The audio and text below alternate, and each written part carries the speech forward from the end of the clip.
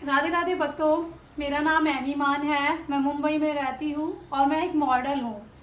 मेरी लाइफ कैसे चेंज की मेरे प्यारे से ठाकुर जी ने, मेरे बांके बिहारी ने और मेरी राधा रानी ने, मैं ये सब चीज़ें आप लोगों के साथ शेयर करना चाहती हूँ।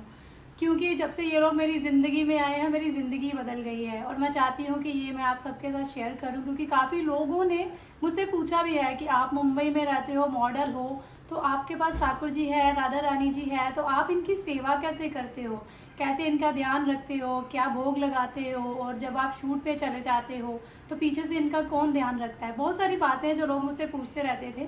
तो मैंने सोचा मैं एक चैनल बनाती हूँ, एक वीडियो बनाती हूँ जिसपे मैं सब लोगों को बताना चाहती हूँ अपने प्यारे से ठाकुर जी के बारे में, अपनी प्यारी सी लाडली किशोरी जी के बारे में। मैं चाहती हूँ आप सब लोग उनसे मिलो भी।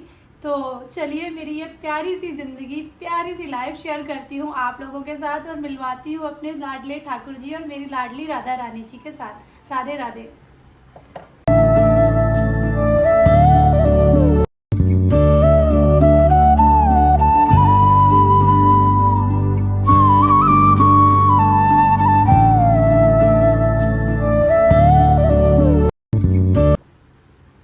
तो सबसे पहले मैं बताना चाहती हूँ मेरे ठाकुर जी के बारे में। मेरे ठाकुर जी मुझे कैसे मिले, वो मेरे लिए बहुत इम्पोर्टेंट है आपको बताना, और उससे भी इम्पोर्टेंट है ठाकुर जी को आपसे मिलवाना। तो पहले आप मेरे ठाकुर जी के दर्शन कीजिए, फिर मैं आपको अपनी जर्नी बताती हूँ। Just wait wait, okay, surprise.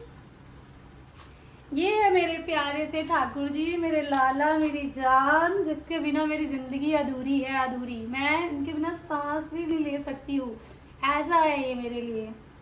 और ये मेरे पास कैसे आए, उसका सारा क्रेडिट जो है वो जाता है मेरे महादेव जी को, मेरे भोलेनाथ जी को। क्योंकि मैं बचपन से ही भोलेनाथ जी की भक्त थी, उनको मानती थी, आज भी मानती हूँ। मेरे सब कुछ वो ही थे, मेरे गुरु, मेरे पिता, मेरे दोस्त।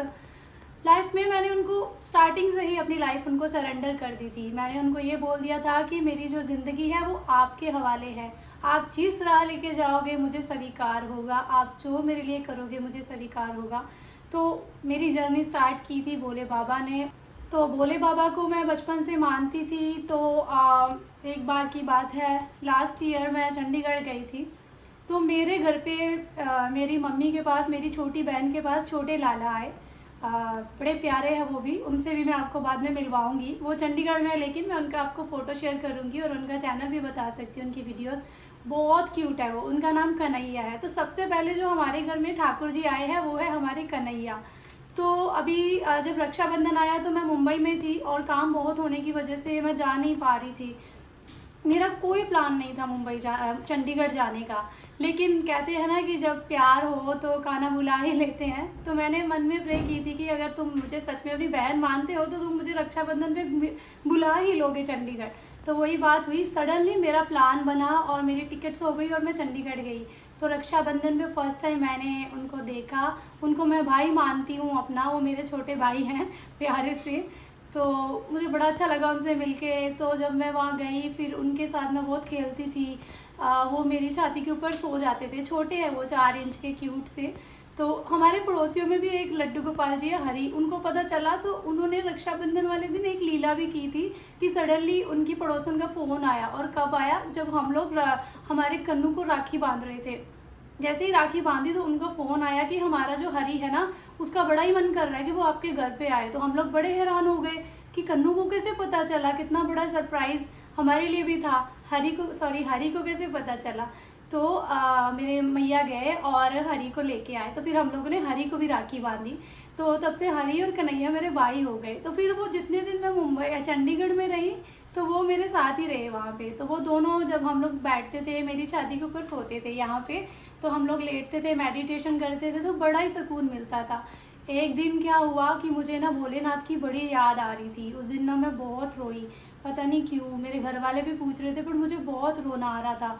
तो ये दोनों मेरे ऐसे ही यहाँ पे लेटे हुए थे और मैं रो रही थी, मेडिटेशन कर रही थी। मैंने सबको बोला आप लोग बाहर चले जाओ, मुझे सिर्फ इनके साथ रहने दो। और मैं 1-2 घंटे शायद इनके साथ बैठी रही। तो मेरे मन को काफ़ी फिर बाद में हल्का सा महसूस हुआ, मुझे अच्छा लगा। लेकिन उस दिन पता नहीं क्यों मेरे मन में इतनी तड़प हो गई थी ना भोलेनाथ जी से मिलने की कि मैं बता नहीं सकती हूँ। तो शाम को मेरी बहन कहती कि चलो हम लोग ना मार्केट चलते हैं, आज शॉपिंग करने हैं। शायद उस टाइम कुछ था तो हम लोगों ने सोचा चलो ठीक है, और कन्हैया के लिए भी कुछ शॉपिंग करके आ जाएंगे। तो हम लोग शॉपिंग करने के लिए निकले। मैं मोस्टली वेस्टर्न ही पहनती हूँ, तो उस दिन मैंने वेस्टर्न ही पहना। तो फिर बाद में थोड़ी देर बाद मेरे मन में पता नहीं क्या विचार आया, तो मैंने सोचा कि मैंने अपनी बहन को बोला कि तुम्हारे पास कुछ एथनिक है तो मुझे कोई ड्रेस दो ना, मेरा पता नहीं क्यों एथनिक पहनने को मन कर रहा है। तो उसने मुझे अपनी ऑरेंज कलर की ड्रेस थी वो दी, मैंने वो पहनी और हम लोग मार्केट चले गए। मार्केट गए तो हम लोगों ने एक दुकान से शॉपिंग की, और जैसे ही हम लोग आगे जा रहे थे तो माय गॉड, ये बैठे हुए थे झूले पे और इतने प्यारे लग रहे थे, इतने प्यारे लग रहे थे कि हर कोई इनको देख के जा रहा था, इतने सुंदर लग रहे थे। मैं वो वीडियो आपको दिखाऊंगी, जैसे फर्स्ट जो मैंने इनको देखा था तो हम लोग भागे गए, और मेरे से ज़्यादा मेरी बहन, छोटी बहन, ये लोग एक्साइटेड थे कि वाओ कितने प्यारे। मैं भी देख रही थी, हम लोगों ने इनको बड़ा लाड लड़ाया और वहाँ से चले गए। तो मेरी बहन कहती कि मुझे तो ये वाले काना चाहिए, तो मैंने बोला कि ले लो। तो कह रही पता नहीं भैया देंगे कि नहीं, क्योंकि उन्होंने तो वैसे ही रखा हुआ है इनको बाहर। तो मैंने कहा चलो बात करके देख लेते हैं। और फिर मैंने इनको बोला कि आप एक काम करो, मैंने सुना है कि अगर हम कन्हैया के लड्डू गोपाल जी की आंखों में आंखें डाल के उनको बोलते हैं कि चलो हमारे साथ, क्योंकि बांके बिहारी जी का मैंने सुना हुआ था कि उनकी आंखों में आंखें डाल के बोलो चलो, तो वो सच में चल देते हैं। और सही बात हुई, उन्होंने बोला कि हमारे साथ चलो। मैंने बोला कि इनको बोलो हमारे साथ चलो, और ये बोल के हम लोग आगे शॉप पे चले गए। हमें कुछ लाइटिंग वगैरह लेनी थी, घर का टेम्पल डेकोरेट करना था, बाजू में ही था। तो फिर उसके बाद हमने सोचा कुछ खाते हैं, लेकिन इन्होंने हमारे ऊपर क्या जादू कर डाला कि हम लोगों ने लाइटिंग ली और वहाँ से फिर हम लोग वापस आ गए और फिर इनकी तरफ भागे आए। तो मेरी बहन से रहा नहीं गया, तो उसने पूछ लिया, कहती कि भैया ले ले। तो भैया ने बोला कि हाँ ले जाओ ठाकुर जी आप। वो कह रही सच में। तो मेरे कानों में जैसे आवाज़ आई ना, तो मैंने इनको उठा लिया झूले से। मैंने जैसे ही इनको उठाया झूले से तो मैंने इनको ऐसे लगा लिया। मैंने कहा ये तो मेरे हो गए। तो वो जो मेरी फीलिंग्स है मैं क्या बताऊँ। तो मेरी बहनें दोनों आपस में जो झगड़ा कर रही थी, वो कहते मेरे मुझे चाहिए मुझे। उनको भी पता नहीं क्या हुआ, जैसे मैंने बोला ये मेरे हुए तो कह रही हाँ ये आपके हुए। तो ऐसा लग रहा था जैसे हम लोगों ने इंद्रेश उपाध्याय जी की कथा में बहुत बार सुना है कि ठाकुर जी को हम चूज़ नहीं करते, ठाकुर जी हमें चूज़ करते हैं। तो ये एकदम सच बात है, क्योंकि ये मेरे साथ हुआ है। ठाकुर जी हमें चूज़ करते हैं, हम ठाकुर जी को चूज़ नहीं करते। तो ये उस दिन बैठे हुए थे मेरे लिए, और मैं हमेशा वेस्टर्न कपड़े पहनने वाली, उस दिन एथनिक कपड़े पहन के इनको लेने गई थी। तो जैसे ही फिर हम लोग इनको लेके आए, मैंने इनको चुन्नी से कवर किया, तो ऐसे मेरे पास ये आए। उसके बाद फिर हम लोगों ने फिर मेन तो मुझे मुंबई लेके आना था फिर इनको। तो मुझे बड़ा डर भी लग रहा था, मैं बहुत नर्वस भी थी, क्योंकि एयरपोर्ट पे ठाकुर जी को फर्स्ट टाइम लेके जाना, क्योंकि एक इंसान की प्लानिंग होती है। तो मेरी कोई प्लानिंग नहीं थी। जब मैं आई थी मैंने सोचा भी नहीं था कि मेरा भाई कन्हैया मुझे इतना बड़ा तोहफा देगा, मेरा बाबा इतना बड़ा तोहफा देगा मुझे, मेरी ज़िंदगी का सबसे अनमोल, मेरी कीमती चीज़ देगा, मेरा लाडला। तो एयरपोर्ट पे हम लोग गए जब, तो मैं ठाकुर जी को लेके गई वहाँ पे। तो उन्होंने जब हमारा सिक्योरिटी चेक इन हो रहा था, तो उन लोगों ने बोला कि इनका भी सिक्योरिटी चेक इन होगा। तो मुझे बड़ा डर लग रहा था कि हाय कैसे करेंगे। और जैसे देखा कहते अच्छा ये कृष्णा है, बाल कृष्णा जी। तो सब लोगों ने इनको बड़ा लाड लड़ाया, बड़ा माथा टेका, प्यार दिया। तो सब लोग वहाँ पे भागम दौड़ हो गई कि सबसे नई वाली जो वो होती है, हाँ ट्रे होती है नई वाली, वो लेके आते हैं जिसमें किसी ने कभी सामान ना रखा हो। तो वो लोग ढूंढने लग गए, तो वो फिर थोड़ा सुकून मिला मुझे। फिर मेरे पास ब्लैंकेट था, मैंने वो बिछा के अच्छे से मैंने उनको बोला आपकी जिम्मेवारी। वो कह रहे आप चिंता मत करो। और सिक्योरिटी चेक इन हुआ इनका, और तब तक मैं वहाँ से दूसरी तरफ से मेरा हुआ, और फटाफट मैं भाग के वहाँ से निकली। तो उन्होंने ठाकुर जी को उठा के अपने पास रख लिया था कि बैग्स में या किसी का कुछ टच ना हो। तो वो एक मेरे लिए फ़र्स्ट टाइम, थोड़ा सा मैं नर्वस भी थी। तो ठीक है, लेकिन हो गया अच्छे से, और सब लोगों ने बड़ा प्यार किया इनको। तो छोटे बच्चे की तरह मैं इनको लेके गई थी, कंबल में ढक के अच्छे से। उस टाइम थोड़ी ठंडी भी थी, और एयरपोर्ट पे तो वैसे भी ठंडी रहती है। तो फिर हम लोग जब फ्लाइट में गए तो ये बड़े खुश थे, बड़े प्यारे लग रहे थे। और दूसरी चीज़ ये थी कि मेरे पास कुछ भी सामान नहीं था, कोई तैयारी नहीं थी, क्योंकि मेरी कोई प्लानिंग नहीं थी उसकी वजह से। तो फिर इनके बर्तन, मुझे ये नहीं पता था मैं इनको सुलाऊंगी कैसे, और इनका खाना, इनका टावल। तो मैंने 2 दिन 3 दिन में, क्योंकि 9 तारीख को मेरी फ़्लाइट थी चंडीगढ़ की, और 5 तारीख को ये मेरे पास आए, और इन 2-3 दिनों में ही मुझे जो समझ में आया तो मैंने सामान डिलीवर करवाया अमेज़ोन से। सोचा चलो मैं जब तक घर पहुंचूंगी तो जो भी आ जाए, इनके जैसे बर्तन आ जाए खाना खाने वाले, इनका बिस्तर, इनके ब्लैंकेट्स, टावल, जो इनकी नीड्स ज़्यादा इंपॉर्टेंट थी वो मैंने फटाफट ऑर्डर की। तो आप बिलीव नहीं करोगे, मैं आपको बता नहीं सकती हूँ कि एयरपोर्ट से मुंबई के एयरपोर्ट से मैं घर पहुँची हूँ, टैक्सी नीचे खड़ी है और अमेज़ॉन वाला गाय नीचे खड़ा है, डिलीवरी बॉय, और वो बोल रहा है मैडम आपका पार्सल। और ठाकुर जी ऊपर आए हैं तो ठाकुर जी के बर्तन ठाकुर जी के साथ ही आए हैं। और थोड़ी देर बाद, 1 घंटे बाद बेल फिर बजी है, मैडम आपका पार्सल, ठाकुर जी का बिस्तर आ गया है, ठाकुर जी का ब्लैंकेट आया, सेम डे। ये मेरे लिए बहुत दूसरा मिरेकल था। तो इन्होंने अपनी पूरा बंदोबस्त किया था खुद ही, इनको पता था कि मतलब कि मुझे जाना है, मुझे सोना है, मेरा बिस्तर सब अपना साथ में करवा के फिर और सबसे इम्पोर्टेंट था कि मेरा अगले दिन शूट था और वो भी आउट ऑफ मुंबई था, तो मेरी फ़्लाइट ऑलरेडी हुई थी। तो मुझे बड़ा वो लग रहा था मैं इनको छोड़ के कैसे जाऊँ, और इनका खाना सब। तो चलो मेरी फैमिली में तो कुछ लोग नीचे, मेरी कज़न सिस्टर रहती है तो वो लोग हैं, तो वो लोग बोले थे आप टेंशन मत लो, हम पीछे से ठाकुर जी का ध्यान रखेंगे।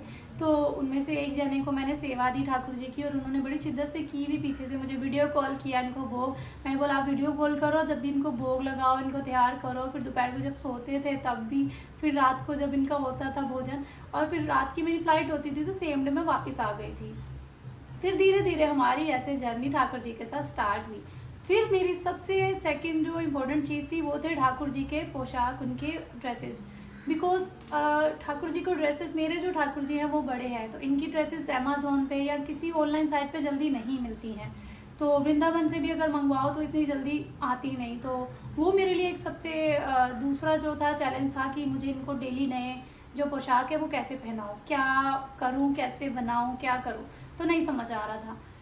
तो मैंने स्विंग मशीन खरीद ली और मैंने कहा चलो ट्राई करती हूँ। तो मैंने इनके लिए ड्रेस बनाई, बन गई। कैन यू बिलीव, मैं आपको डेफिनेटली वो पहली जो ड्रेस है, और इनका एक जंप सूट बनाया था बड़ा क्यूट, वो मुझे नहीं पता वो कैसे बना। मैंने कभी रुमाल भी नहीं सिला था और मैंने ठाकुर जी की ड्रेस बनाई। वो एक्चुअली मैंने नहीं बनाई, इन्होंने बनवाई।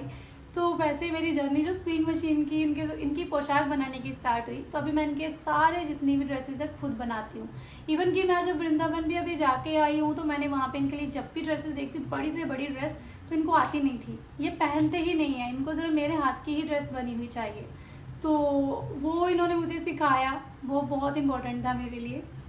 तो बाकी भोग इनका सुबह ये उठते हैं और उठ के सबसे पहले दूध पीते हैं, फिर उसके बाद ये स्नान करते हैं, फिर ये भोजन करते हैं, नाश्ता करते हैं, ऐसे इनकी दिनचर्या स्टार्ट होती है। फिर दोपहर को ये सोते भी हैं, और मिड में इनको फ्रूट या फिर चॉकलेट इनको बहुत पसंद है, तो इनको चॉकलेट्स भी खिलाती हूँ मैं।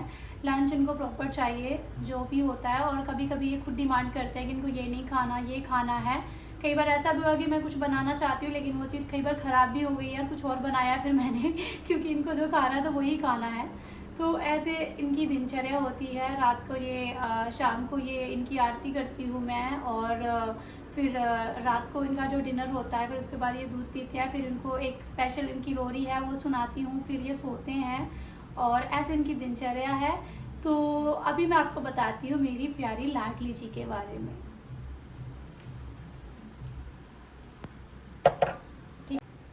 तो वो दिन मेरे लिए ऐसा था कि भोले बाबा ने मैंने उनको सच में दिल से याद किया था, मैं जो रोई थी। और शाम को ठाकुर जी का मेरे पास आना किसी चमत्कार से कम नहीं था मेरे लिए। तो ये मेरे पास ऐसे आए। और दूसरी बात, इनका नाम बांके बिहारी जी है। इनका नाम मैंने बांके बिहारी क्यों रखा वो बताती हूँ, क्योंकि स्टार्टिंग में मुझे ठाकुर जी के बारे में इतना नहीं पता था। तो मेरी बहन ने एक बार मुझे बोला कि फ़ोटो दिखाई, तो कह रही ये बांके बिहारी जी हैं। तो मैंने कहा ये, कह रही वृंदावन के ठाकुर जी हैं, बड़े लाडले, बड़े प्यारे हैं। ये मेरे कन्हैया के आने से पहले की बात है। तो मैंने उसको बोला बांके बिहारी, तो मेरे मन में एक विचार आया। मैंने सोचा मेरा कभी बेटा होगा, ऐसे ही मेरे मन में उस टाइम विचार आया कि मेरा मैंने किसी से शेयर नहीं किया। मैंने कहा मेरा बेटा होगा तो उसका नाम मैं बांके बिहारी रखूँगी।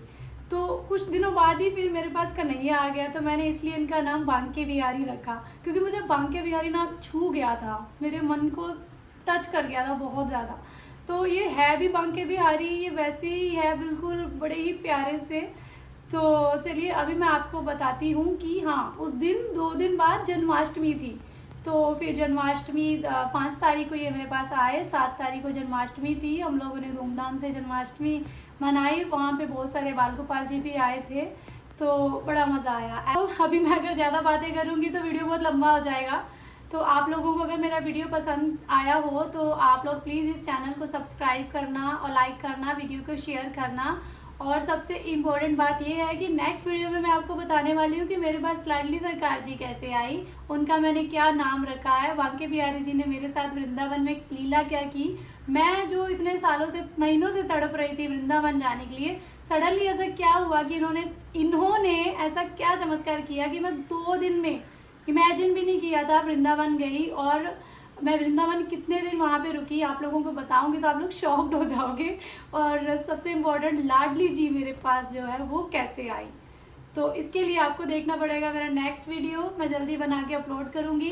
राधे राधे, श्री हरिदास। ओट मधुर है, मुख भी मधुर, तेरे नयन मधुर, मुस्कान मधुर, हृदय भी मधुर है, चाल